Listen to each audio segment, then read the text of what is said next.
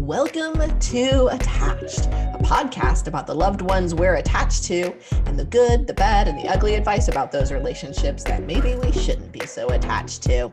We here at Attached want to share ways to enhance your relationships and debunk all of that bad relationship advice using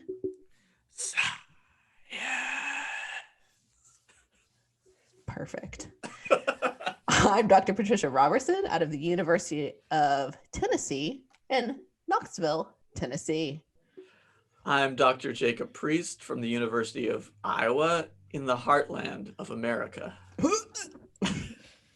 I'm Dr. Sarah Woods, UT Southwestern Medical Center in Dallas, Texas. Today, Jacob is going to bring us something absolutely amazing, stunning, remarkable, it is pop in culture. It is actually. So I'm glad you're ready for it. Prepared myself both emotionally and mentally. Then in the academic deep dive segment, we're going to discuss the academic article, Adult Children's Daily Experiences with Parental Advice, the importance of life problems and relationship quality. Just reading that, I'm already having emotional reactions to it. So this is going to be fantastic.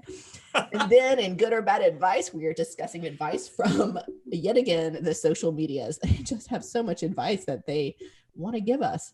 As always, if you have advice that you want us to talk about, send it to us. You can email us at attachedpodcast@gmail.com, tweet us, Facebook us, Instagram us, all of the socials at Attached Podcast, or go to attachedpodcast.com and send us a message. While you're surfing those worldwide webs, please know that we also have a YouTube page. So like and subscribe the podcast on YouTube, and also like and subscribe to this podcast on wherever you're listening to us on those wonderful podcast apps. Well, before we get to this wonderful episode, I'm just curious, how are you guys doing today? So I just wanted to follow up because I know our listeners and both of you are curious. Cat blinking is going very well. Oh my God. So the world wants to know, Jacob, how is the cat blinking going? So honestly, and maybe it's just like the placebo effect, but I feel like one of our feral cats is much braver since I have been blinking at him. Mm-hmm. So I am going to no longer doubt the science of cat blinking. I'm just throwing that out there. Like, I know I'm an N of 1, but if you go and find the original article, you can see that in this randomized controlled trial, they do have evidence that cat blinking works. So just throwing that out there. But I just would like to circle back to one of your feral cats. So you have more than one feral cat, is what you're saying. We have 2 feral cats. Wow. So what happened is there was a mom, her name was Tanya, and we were feeding her. Yeah. And then she gave birth to 3 babies. The oldest baby and Tanya then tragically died in... Oh, God. We don't know how. They just disappeared. And so we had 2 little ones. They also could have been adopted by someone else, right? No, because they were living underneath our porch. So we saw them almost every day, and then all of a sudden they disappeared. Okay. But so we had the older one, the larger one. I don't know if he's actually older. I wasn't present for the birth, right. But the older one, the larger one bit. Spiraling. The larger one bit. We really started bringing in, and he started trusting us, and he would come in and visit us. And then Sis, the smaller one, the little girl, naturally, she was like just really scared. And one day I was down doing laundry in our basement, and I heard this meow, and I couldn't see where it was coming from. And I looked up in our little window. It was her. And I was like, Chelsea, come here. And we looked up, we saw her. Chelsea went over and opened the door, and she ran in and has never left our house since. So she's the most feral because she was on her own for a little while too. But oh, sure. Mm-hmm. That's but blinking is really going to turn that around. I mean, EMDR, right? How is that different? Science. Anyway, we're doing good. We're doing good. God, I'm so glad to hear that. Woods? I too have been adopting feral cats. No, that's not true. I was like, this is going to be an interesting podcast. Yeah, no, I would never. Title, Adopting Feral Cats. No, I think instead, I feel like Jacob will appreciate this update. Lately, we have been watching episodes of the making of Frozen 2. Let it go. Oh, the Frozen 2. Into the unknown. We discovered it on Disney Plus. Oh my gosh. And it is extending our Frozen viewership into behind the scenes details. And I am telling you, we are loving it.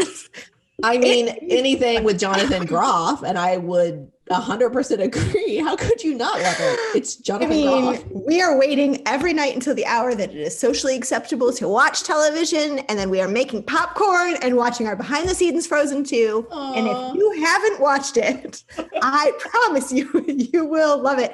The fact that these people spend 4 years making a movie, the amount of effort it takes to go into any few seconds of this film, it's really incredible. And that update's for Jacob. So. Well, Sarah, you've stolen what I was going to talk about in pop and culture.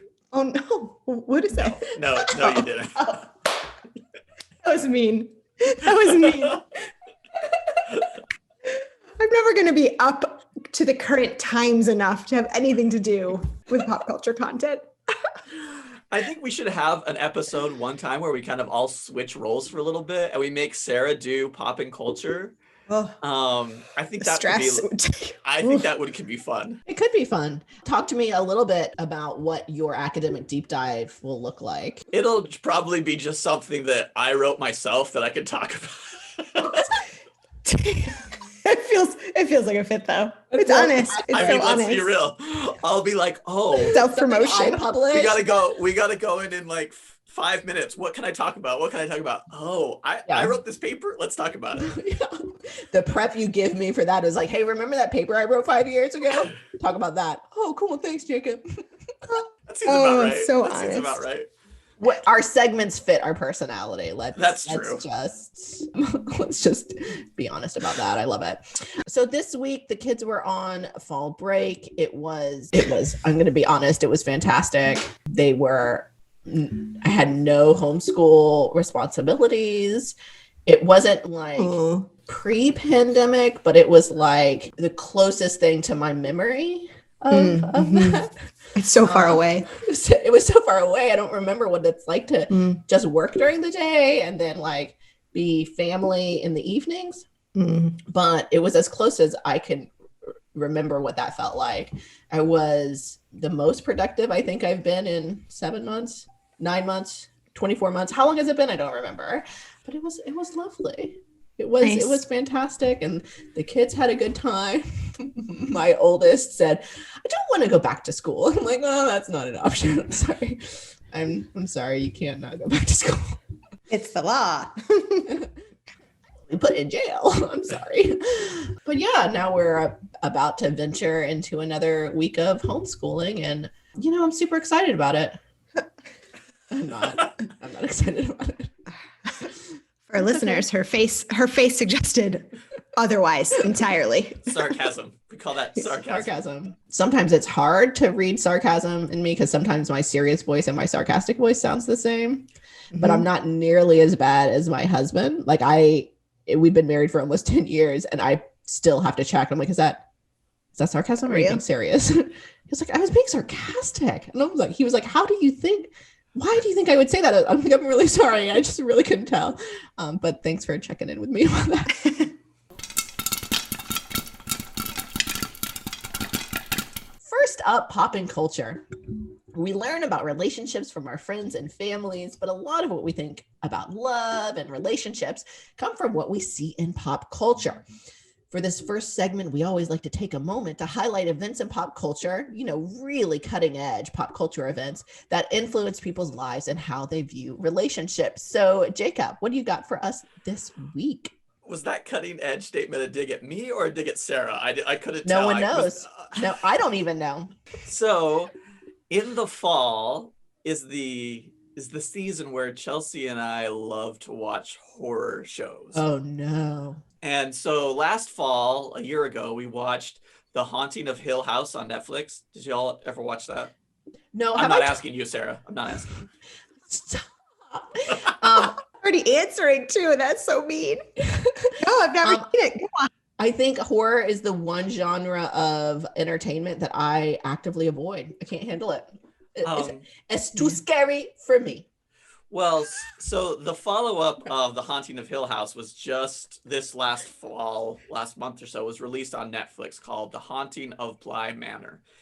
And what is really cool about both of these is it shows how intergenerational transmission of trauma, of all of this stuff can really affect relationships in the future. So I want to talk specifically about The Haunting of Bly Manor because I thought it was so interesting. Caution, there will be lots of spoilers. So if you're going to watch it, please remove your headphones now and come back in about 5 minutes. 5 minutes. Yeah.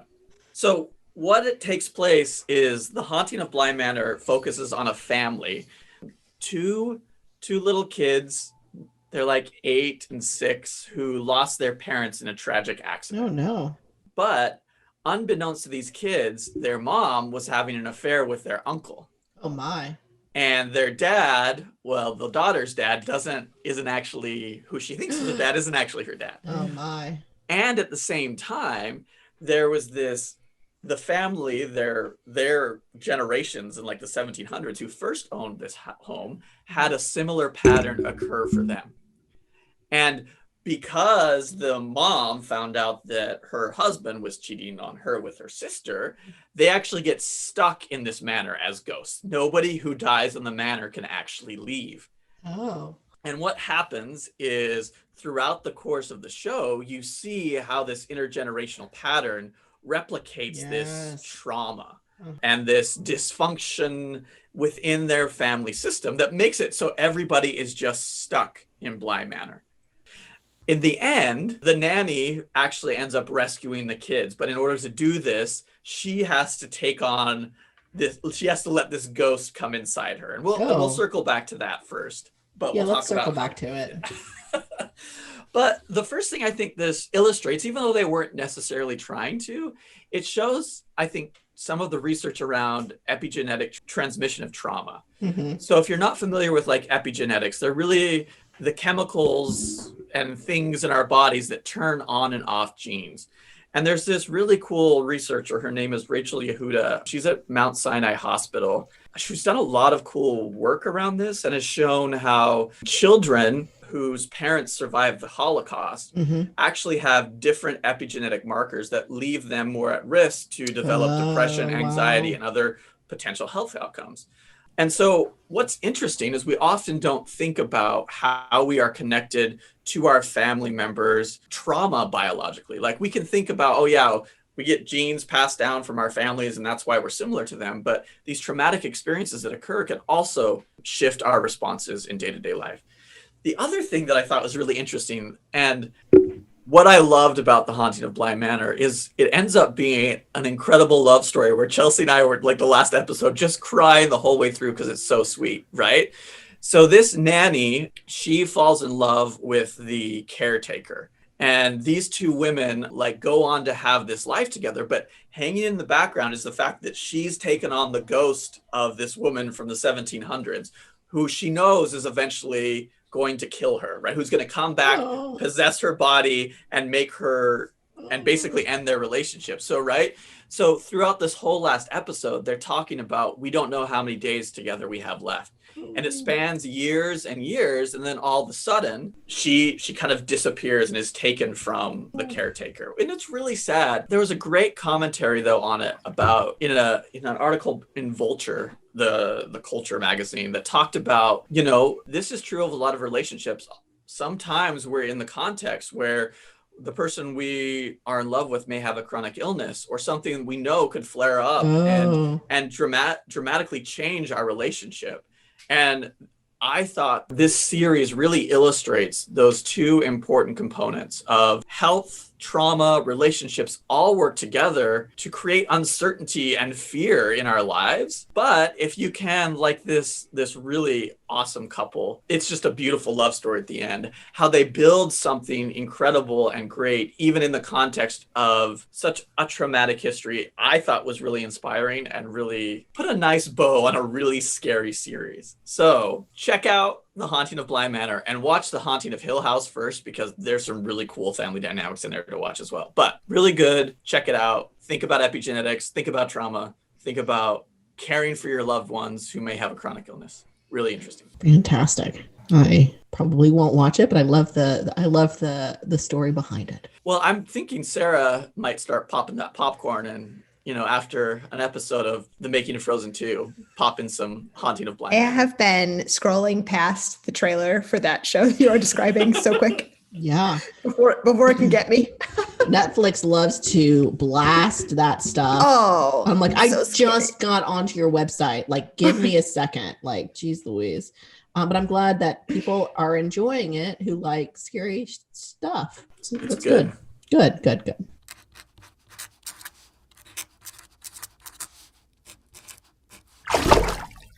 Now we're going to move to the academic deep dive segment and talk about an article titled Adult Children's Daily Experiences with Parental Advice, the Importance of Life Problems and Relationship Quality. Written by Dr. Hao-Wai Wong at Penn State, Drs. Ki-Young-Min Kim and Jeffrey Burr at UMass Boston, Dr. Kira Burdett at the University of Michigan, and Dr. Karen Fingerman at UT Austin. Recently accepted for publication in the Journal of Gerontology Series B. These authors explored a topic many of us can relate to: parents giving advice to their adult children. I certainly can. Specifically, they took a look at how young children receive advice from their parents. They also frame parental advice as a type of informational support as opposed to more tangible support, like parents giving their kids money or helping with childcare. Parents may be especially likely to give their adult children advice when their kids are in the middle of bigger life problems such as divorce, job hunting, and health issues. And previous research shows that children who receive intense support from parents often report better well-being than their peers who do not. What many of you may be able to understand is the author's description that children's desire for support and the support they get from their parents is not always complementary. In other words, adult kids may experience their parents' advice as intrusive, unhelpful, or overstepping, especially if their relationship with their parents is otherwise maybe a bit tricky, or if they feel like it says something about their own ability to deal with their problems. Because we don't know very much about how adult children receive parental advice and how they feel about it, these authors decided to dig in a little deeper about this specifically.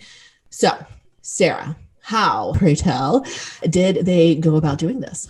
So to be clear, again, they in general are hypothesizing that parental advice is most often a positive thing. So they're hypothesizing that receiving parental advice, for example, will be connected to improved mood on the days that it's received, but that there are variations in this process, meaning that for adult children with more life problems or for adult children who have a more negative quality of relationship with their parents, that advice may be more likely to be perceived as unwanted and then have really kind of negative effects on their well-being. So they started with the second wave of the Family Exchanges study, which I believe is a project that is run by the last author on this paper. And they specifically wanted to look at young adult children, 18 to 30. So the original sample in this project included 633 middle-aged adults in the Philadelphia metropolitan area and their grown children. This wave that they pulled from included 455 of those original adult children offspring and 285 additional ones. Wow. 230 of those completed a daily diary survey up to 7 days. So this project that we're going to describe today has a total of 152 18 to 30-year-olds from 119 families that completed this daily diary responses. So in addition to the main survey where their parent reported on the adult child's life problems that happened in the last 2 years, including, for example, disabilities or other health problems and psychological problems, financial issues, the death of somebody close to them, etc. They also reported on their own positive and negative aspects of their relationship with their parent. But the daily diary data included not only reports of their mood every day, so positive and negative aspects of their mood, but also the questions, did your father or mother give you advice or information? Since, for example, we spoke yesterday, that is helping with a decision or giving suggestions about things you could do. And then a second question about, did your mom or dad give you unwanted advice? So what they found was that most adult children in this sample received advice from their parents. 3/4 of them got advice from their moms, and more than half got advice from their dads during the week. And many of them also received unwanted advice. About a fourth received unwanted advice from moms, and 16% got unwanted advice from their dad. So there's a decent amount of advice going from parents to these adult children. They did not find, though they hypothesized that they did not find that life problems that these adult children experienced over the past few years were associated with the receipt of this advice from parents. So that those two things were not associated. The more problems I had, the more advice it wasn't associated with how much advice I got. So parents are just going to give advice, no matter if you have problems or not. Sure, that's one way to interpret it. I didn't hear it that way, but now I do. Oh. Yeah. Oh, my bad. No, that's good. Oh. Yeah.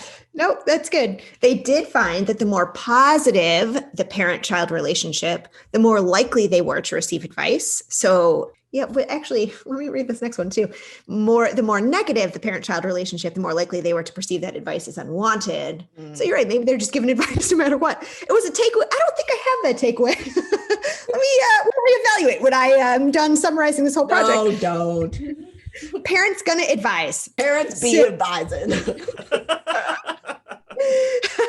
Oopsie doopsies, giving advice. So they also found an association between receiving advice from moms specifically and did we just find a title for the episode? Parents be giving advice.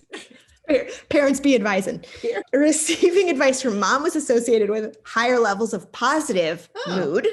Dad advice and unwanted advice, not associated. And this association didn't differ depending on whether that adult child had life problems, nor was it affected by parent-child relationship quality. So receiving advice from mom, higher levels of positive mood, that's a different I hear that takeaway different based on your interpretation now, Patricia.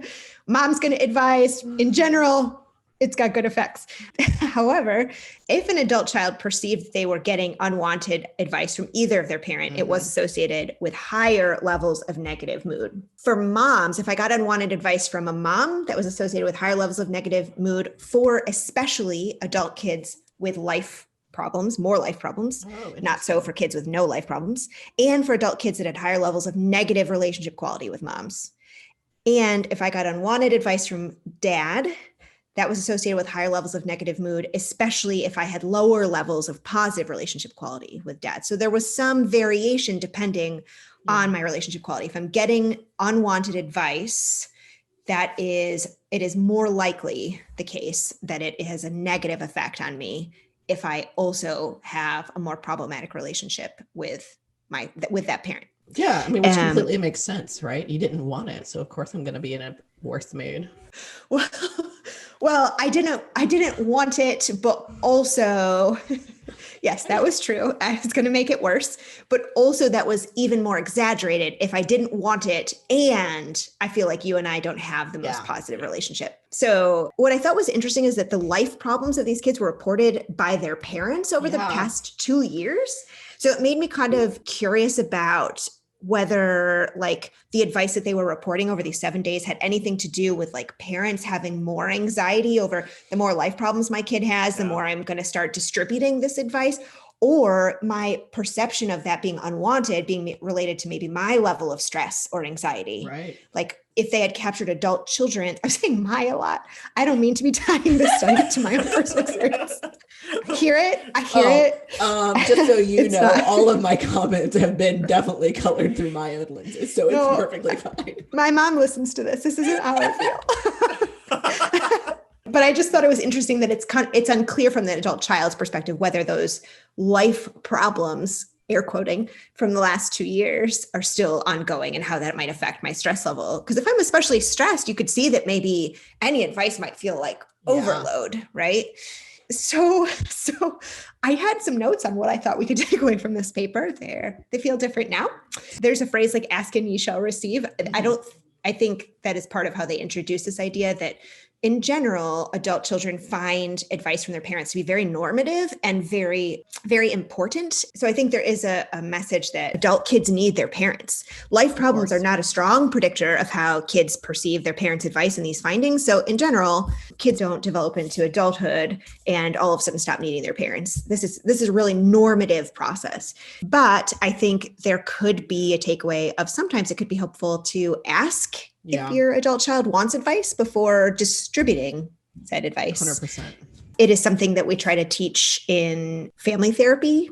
It's something I try to teach the physicians that I work with, that before we give patients advice, sometimes it can be really helpful to ask if they even want it, because otherwise you're just expending a lot of effort and they're potentially getting really frustrated on the other side. Like, I've tried all these things, or I don't have the energy to do anything that you're talking about. And you don't know that, but you come out exhausted and they come out frustrated, and that's not effective. All you need is an empathetic listening ear to help manage your stress. Yes. You don't necessarily need any recommendations for change or advice. Right. So I like that, waiting until someone solicits you for advice before you just asking, right? Yeah. I have some thoughts about this.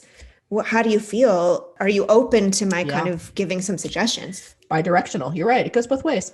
Yeah. Families. I think because there is some nuance here that unwanted advice might be especially negative for people who have trickier relationships with their parents that are maybe more strained and less positive. I think advice could be a takeaway, that advice might not be like the number one go-to strategy to build a relationship with kids if the relationship is already negative, because they're going to be more likely to feel like that advice is not something that they wanted. It might feel more intrusive. And then I have a question about whether then that unwanted advice then perpetuates the negativity in that relationship, which is not something they looked at here. But I think for me, because I even have it as a question, made it something I was thinking about when I was done reading. Another possible takeaway. Mm-hmm. Yeah, that's kind of where my mind went as well, but also kind of like the before of it, right? This capturing, like, I don't want this advice, is really indicative of this past history of this relationship, right? And so if you've had a conflictual relationship with your kids, and as they grow older, the best way to approach that, to try to build that back, is probably not going to be like, oh, let me tell you what to do, because they may interpret that as like, oh, why is this parent doesn't trust me? Why do they think bad about me? As opposed to a place where they're thinking, oh, we have this great relationship. I need your thoughts on this, or what do you think about that, right? That's a different type of process than this history of conflict that may then be exaggerated by, here's my advice for you. Mm-hmm. Yep. You think I'm incompetent. That was that was overstepping. Yeah. So it sounds like what they're observing here might be part of some sort of cycle, right? How, from your perspective, would be first step or second step or a potential step of breaking that negative cycle? Well, I think the asking whether somebody wants advice is kind of the piece that I took away, since I make that recommendation quite frequently when I train the physicians I work with. So that came to me first. But I also think informational support is the frame that you had described they were using, Patricia. There are other kinds of support to offer. And maybe it's not like the loaning money, as I think one thing you described. There might be other ways to connect and spend time together in a way that isn't about advising on life's problems, and more kind of appreciating one another and feeling like that's less demanding and less critical and more supportive and warm and open. So focusing on kind of ways to build positivity in the relationship, so you have that foundation, so that when advice maybe is necessary to give or receive, you have a better foundation to hear that advice. That's a great way to say it. I love it. Good advice, Patricia. Good advice. Far and few between, but I'm glad at least that one was good.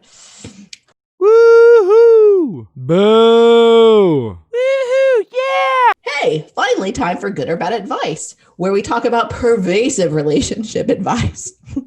This is true.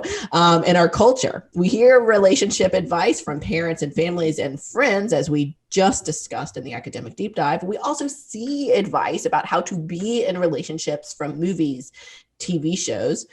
And we read endless advice spewed at us on all of the social medias, blogs, and all those numerous top 10 lists that cover the internet. But a lot of this actually just isn't good advice for our relationships. This is the part of the show when we use science, mind you, to decide if the advice is good or bad. You have seen or heard some advice you'd like us to talk about, send it to us. Email us at attachedpodcast@gmail.com or tweet us, Facebook us, Instagram us at Attached Podcast, or, just go straight to attachedpodcast.com and send us a message right there. While you're at it on all of that World Wide Web surfing, because that's what the kids use these days. That's the term they use, surfing the World Wide Web. Please like and subscribe to our podcast on your favorite podcast app or on our new YouTube channel. And of course, share it with your loved ones. This might be a really indirect and subtle way, or not so subtle way, to give advice to your loved ones. I'm not saying we're recommending that, but it's a possibility. So today, we're coming at you from the social medias again, because why not? We got a number of them. The first one here is sent to us by a listener, Veronica, sent us an Instagram post from the Angry Therapist. That sounds aggressive. Yeah. So buckle up. Yeah. And the way they start this, I would classify it as aggressive, but here we go. Again, signs are not flags. If you see signs, it doesn't mean to jump ship. It means to start asking yourself questions. The first one being, how much am I contributing to these signs? Always start there. It's easy to blame. Looking inward is hard, but where growth lives. Good or bad advice from the Angry Therapist via Veronica. I need to clarify a couple of things there before Okay. I weigh in here. Okay. Right. So I'm guessing when the Angry Therapist is talking about signs and flags, we're talking about like red flags, like this is a problematic relationship. I Right? would That's assume. how That's how I'm this. interpreting it too. And I don't know exactly what they mean by signs, right? Like I think I saw the sign. And Everybody does, Jacob. When they hear the word True. signs. Ace of base. Yeah, Yep. ace of There's base. where they go. I'm glad you said that first, Sarah, because I almost said AC/DC. Very different. Very different. Go on, Jacob. Well, so, and I'm putting this in the context of you're starting a new relationship with somebody, Sure. and there are certain things that are leading you to have more questions. Like, wait a second, what is this? This doesn't feel right. And if that is what's going on, I think this can be good advice, right? Okay. If you are seeing some like, hey, let's check this out, right? Because that can give you some more information, and it might lead you to say, oh, this actually is a red flag. But it may be, oh, we had a miscommunication and we have the opportunity to understand each other and connect better and build our relationship more. So I think in that context, And it can be good advice, Okay. right? Because that gives you the opportunity to feel out a relationship, to talk about things. But it's really important to differentiate, have a good idea of what a sign is versus what a red flag is, right? Okay. Because you could easily conflate those when you really like somebody, Mm, right? Like, so if you're saying, oh, this is just a sign that we need to talk more about, but really it's something that's potentially harmful, toxic, dangerous, that's not a sign, that's a red flag. And just so for this to be good advice, you need to have a clear delineation in your head of what a sign is and what a red flag is. okay. So good advice. Also make sure to delineate between sign and red flags. Red flags particularly being defined as something that is toxic. Yes. Woods? I'm going to say bad advice. I don't Okay. love this advice. I have like a really strong internal reaction to it, actually, because signs in general are like a very kind of odd, subjective thing that we do where we try to interpret what we observe about somebody without having, I think, sometimes out loud conversations about what are your expectations in this relationship? Is what I'm observing accurate? I'm concerned about what I've been seeing lately. Is there any need for me to be worried about you? Here's how I'm feeling. Those are conversations that need to happen out loud. And not only is this person this angry therapist suggesting that maybe you should ignore some of these signs, or rather, that's what it feels like to me. And instead go inside and do internal work, because that's where growth can happen. Yeah. Like growth in relation to what? If the signs are not an issue, then what am I growing in regards to? So I think for me, this runs the risk of promoting confirmation bias, which is the process that we all do all the time cognitively, where we interpret new information or interpret any information in such a way that confirms what we are already thinking.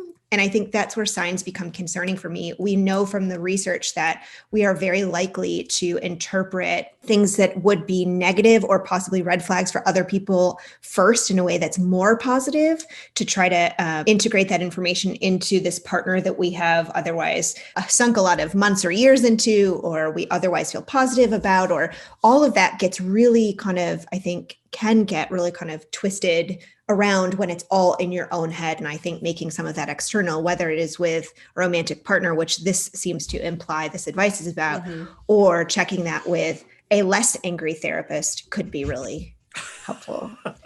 It's true. So bad advice, because, it seems to be kind of encouraging you to maybe not listen to some initial signs or push them to the side and delegitimize your kind of gut feeling about things. Did I kind of get that? Yeah, I think so. In a sentence.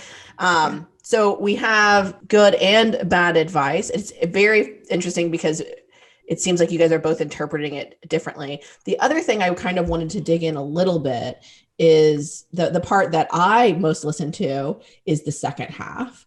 It seemed like interpreting signs as red flags, he kind of assumes that means it's like an overreaction or you're being reactive, and trying to figure out what's going on in you and your history to recognize where that reactivity, if it is, coming from. And I think Woods is kind of saying that reactivity is minimizing your capacity to recognize danger signs. But I think it is always important in any relationship to think about how much you're contributing to these, or contributing to the relationship, I suppose. He says, I'm contributing to these signs, which is problematic. But that second half, I'm curious what your thoughts are about looking inward is harder than blaming somebody else. Well, I think that can be fair. And the context, again, I think for this is like, also could be like somebody who goes on one date with a person and makes all of these judgments about how terrible, and like, oh, I saw this. They chewed really weird, so I'm going to break up with them. Right. That, that's a different kind of sign than like, I think what Sarah's talking about, which could be this confirmation bias. So I think if it is like, oh, well, we went out on this one date and they ordered red wine instead of white wine, and so I know we're never going to be compatible. Right. That's a red flag for me, but yeah, I see what you're saying. Yeah.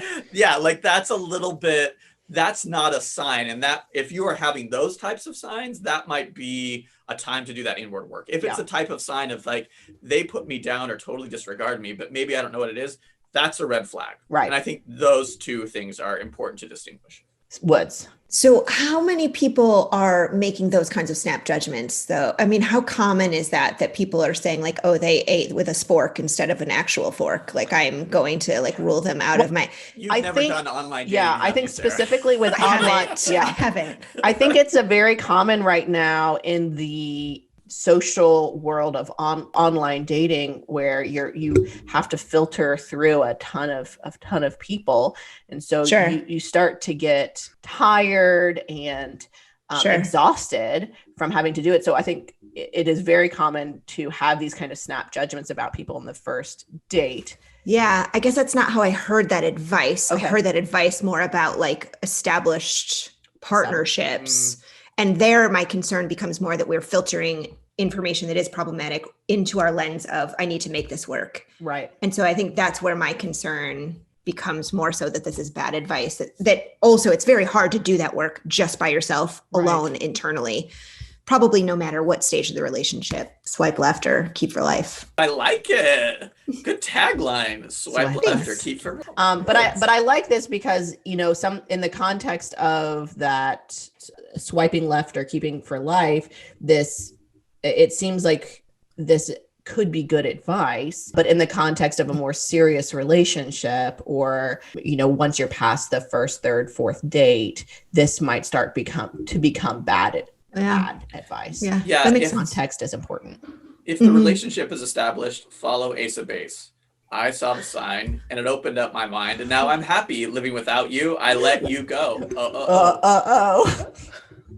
Fantastic. We'll just leave it at that. So next, we're going to some advice on Twitter at So Lyrical. I think this was submitted by our very own Sarah Woods.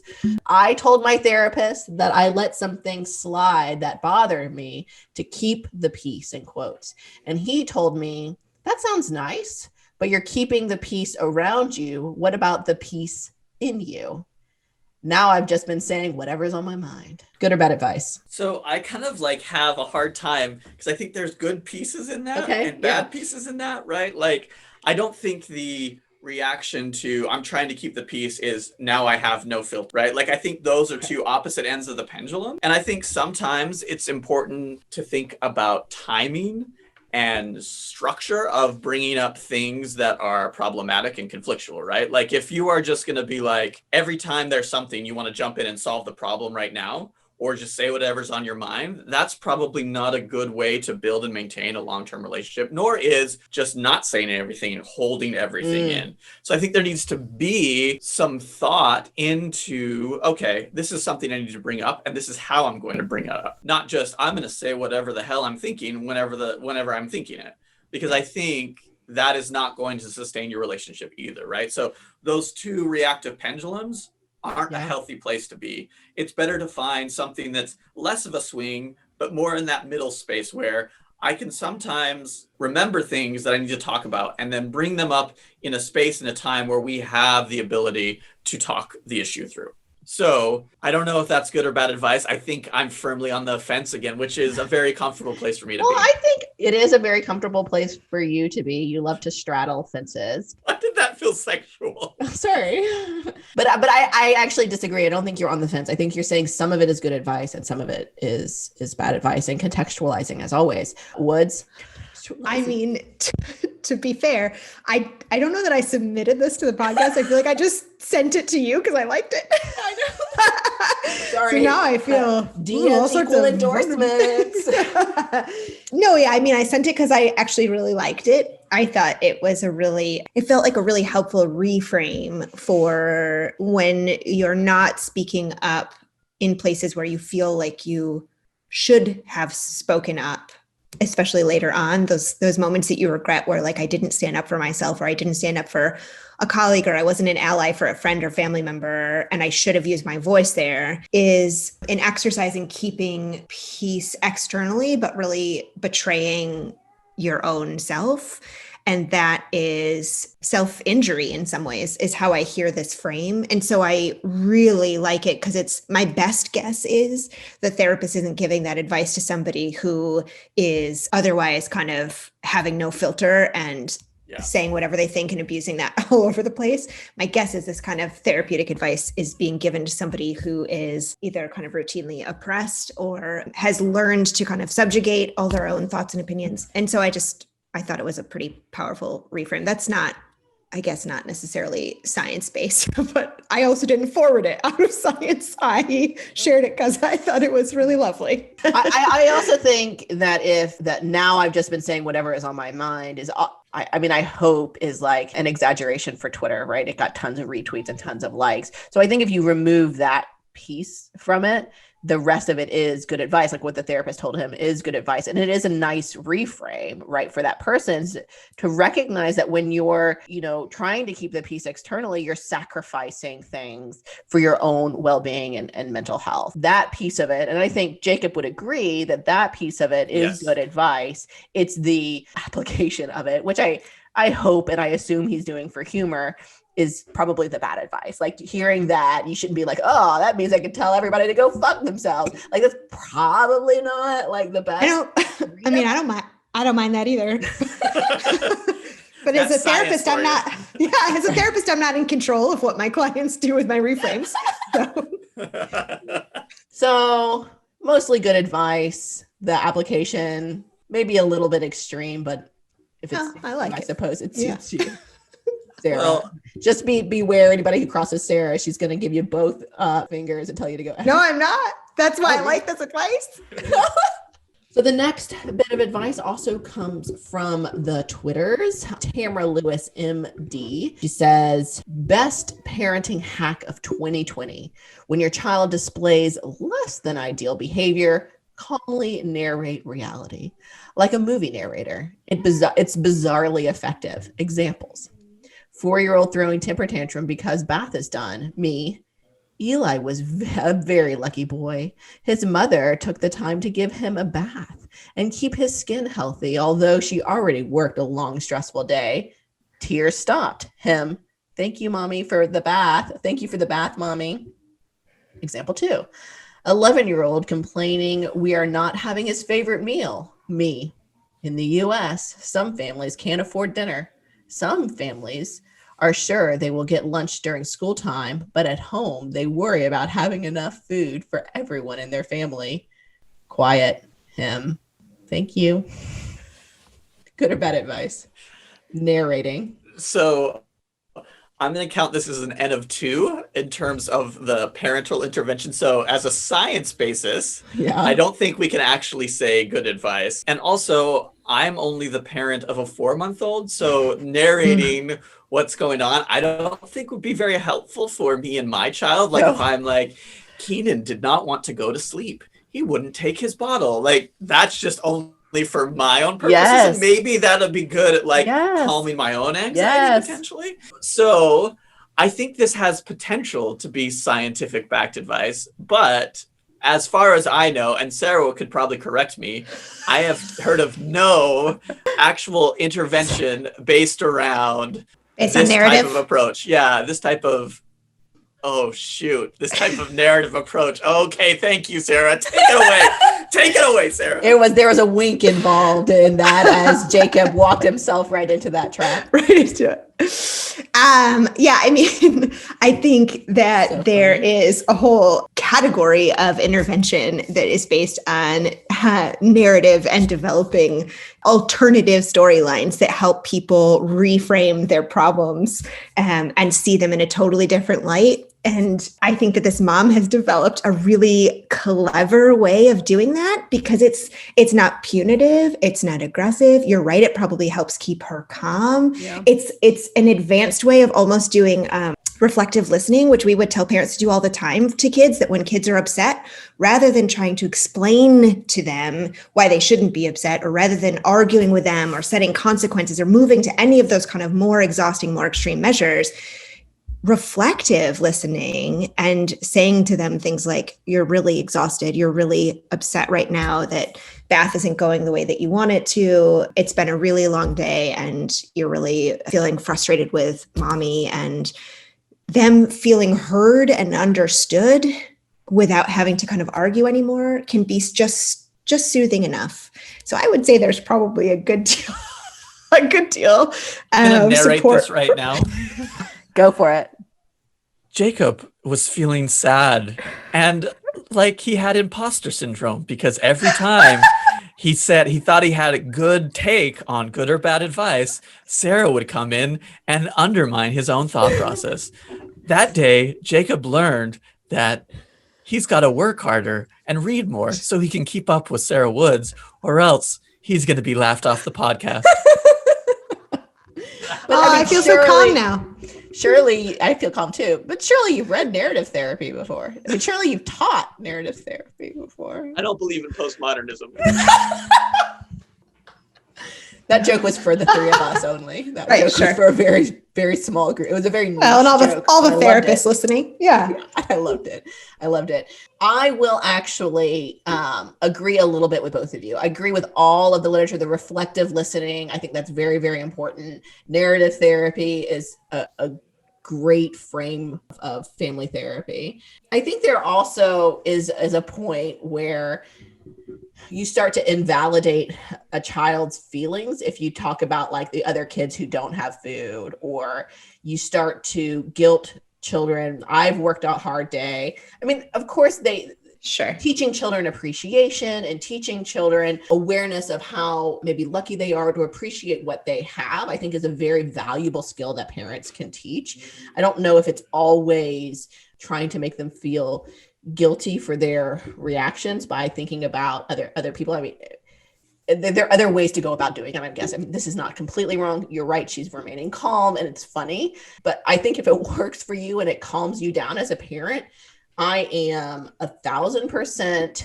always in for the parent finding ways to make them feel calm when they're trying to discipline or intervening with their child. It's one of the most challenging things about being a parent, in my opinion, is trying to not let your anger or frustration get the best of you while you're trying to intervene. And so if this works for her, I'm here for it. And I think if it works for other people, I'm here for it. But maybe it shouldn't always be that tinge of guilt shouldn't be the only equipment that you have to be able to defuse a situation. Nailed it. I was just going to say, I think we've developed a lovely triangle when it comes to the good or bad advice section. I take on the role of the victim, and I assign Sarah the role of the prosecutor, and we make Patricia come in and rescue us. Like, she's the jury. She's like, Sarah's like, actually, you're wrong. I was like, no, I'm so terrible. And then Patricia's like, you're not terrible, Jacob. It's okay. You did add context. Wow. I mean, to be fair, I think maybe that is the first time I've made you feel that good about yourself. That's fair. So, maybe it's just kind of like the coalition between the two of you. You're ganging up on me. Is that really what I'm seeing here? Oh, no. Surely that's not it. But you're right. I try to find the best of both worlds and highlight that. So the last one for today. Miley Cyrus. I know you didn't intend to evoke the name of Miley Cyrus, but I recently, like within the past 48 to 72 hours, believe I'm turning into a Miley Cyrus stan. I've been watching a lot of her covers, like her Dolly Parton covers, her Blondie covers.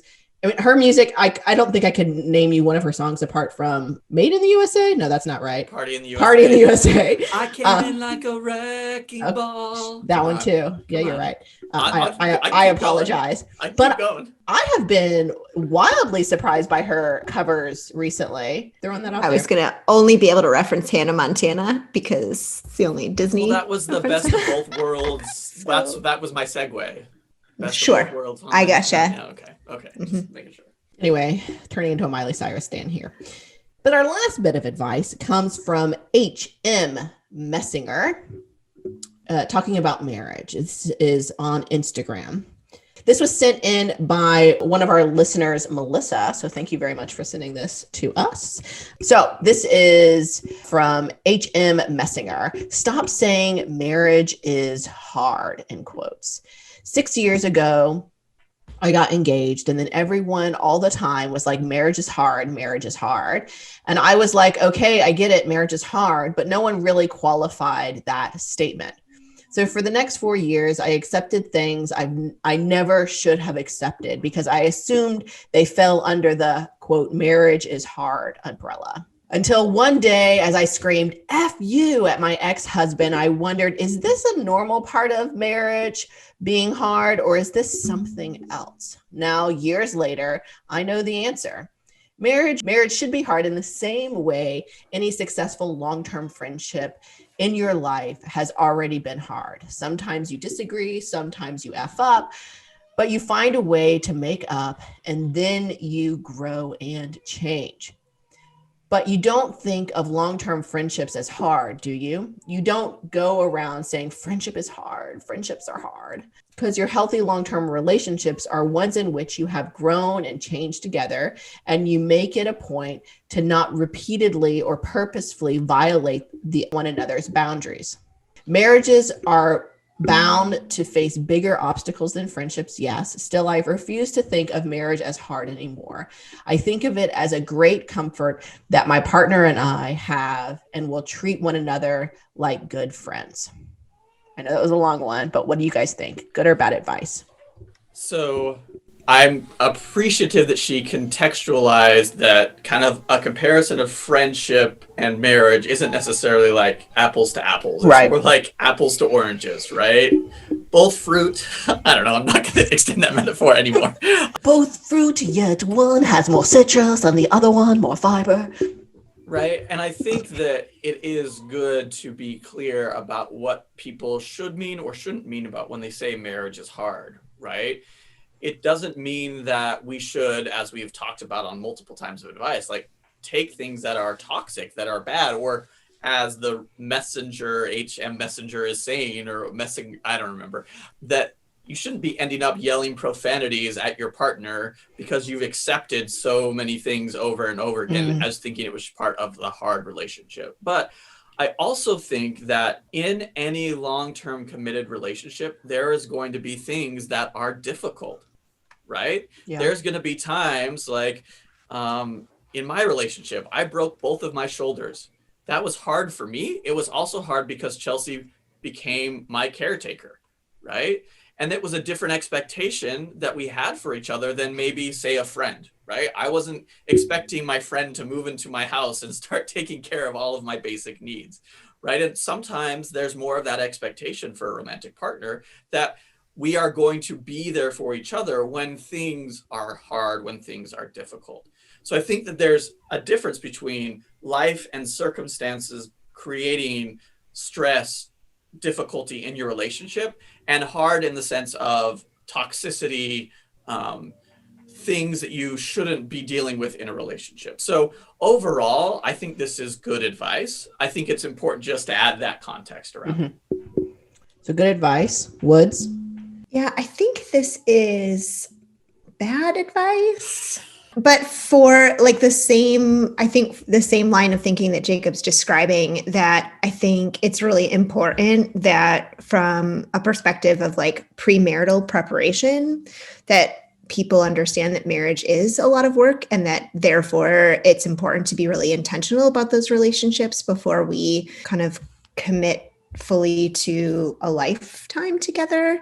And I think maybe a caveat here is that it might be helpful rather to include the caveat that we should stop saying marriage is hard and instead say marriage is not only hard, that there should be lots of positive experiences and supportive experiences, and that there should be a bottom line where there's behavior that you don't accept, and that in being intentional about entering those partnerships, you're also intentional about how that person brings you joy and respects you and how you're going to build a life together.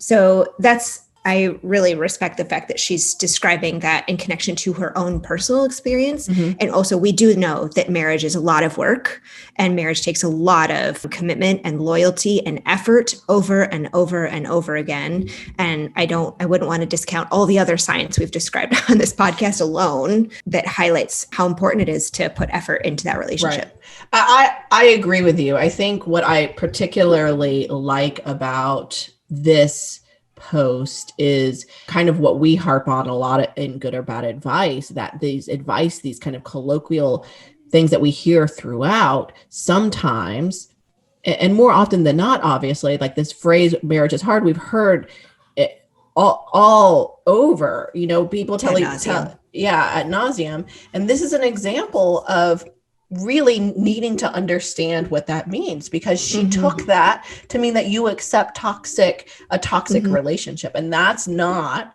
and I think that that's the part of this that is really, really good advice, that toxicity does not mean a marriage is hard. So when you hear that advice that your grandparents, your parents, that you hear on movies all throughout the decades, marriage is hard. Yes, it is. It takes work, but that does not mean that you need to put up with abusive, toxic behaviors in a relationship. That does not fall under the umbrella of marriage is hard. And I really liked that frame of this. Thanks for listening. Remember, call us, email us, or get at us on all of the social medias about any relationship advice you've received that you're wondering whether to follow or pass on. We cannot wait to talk.